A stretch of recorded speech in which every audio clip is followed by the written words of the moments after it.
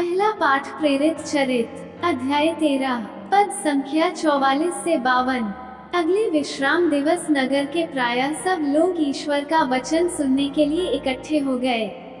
यहूदी इतनी बड़ी भीड़ देखकर ईर्ष्या से जल रहे थे और पौलुस की निंदा करते हुए उसकी बातों का खंडन करते रहे।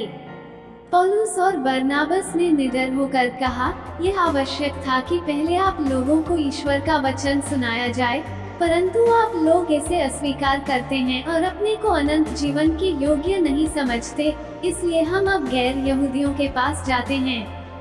प्रभु ने हमें यह आदेश दिया है, मैंने तुम्हें राष्ट्रों की ज्योति बना दिया है, जिससे तुम्हारे द्वारा मुक्ति का संदेश पृथ्वी के सीमांतों तक फैल जाए।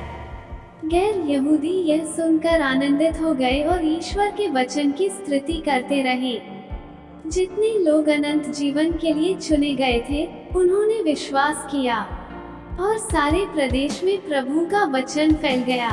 किंतु यहूदियों ने प्रतिष्ठित भक्त महिलाओं तथा नगर के नेताओं को उभारा, पौलुस तथा बरनाबस के विरुद्ध उपद्रव खड़ा कर दिया और उन्हें अपने इलाके से निकाल दिया।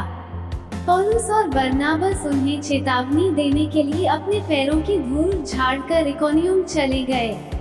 शिष्य आनंद और पवित्र आत्मा से परिपूर्ण थे। सुसमाचार यूहन्ना अध्याय 14 पद संख्या 7 से 14। यदि तुम मुझे पहचानते हो तो मेरे पिता को भी पहचानोगे। अब तो तुम लोगों ने उसे पहचाना भी है और देखा भी है। फिलिप ने उनसे कहा, प्रभु हमें पिता के दर्शन कराइए, हमारे लिए इतना ही बहुत है। ईसा ने कहा, फिलिप मैं इतने समय तक तुम लोगों के साथ रहा, फिर भी तुमने मुझे नहीं पहचाना। जिसने मुझे देखा है उसने पिता को भी देखा है। फिर तुम ये क्या कहते हो, हमें पिता के दर्शन कराइए? क्या तुम विश्वास नहीं करते कि मैं पिता में हूँ और पिता मुझ में है?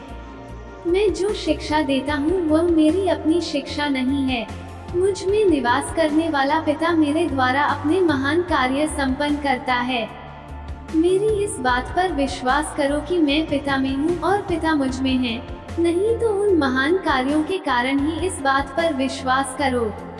मैं तुम लोगों से यह कहता हूँ, जो मुझ में से विश्वास करता है वह स्वयं वे कार्य करेगा जिन्हें मैं करता हूँ, वह उनसे भी महान कार्य करेगा, क्योंकि मैं पिता के पास जा रहा हूँ। तुम मेरा नाम लेकर जो कुछ मांगोगे मैं तुम्हें वही प्रदान करूँगा, जिससे पुत्र के द्वारा पिता की महिमा प्रकट हो। यदि तुम मेरा नाम लेकर मुझसे कुछ भी मांगोगे तो मैं तुम्हें वही प्रदान करूँगा। आमीन।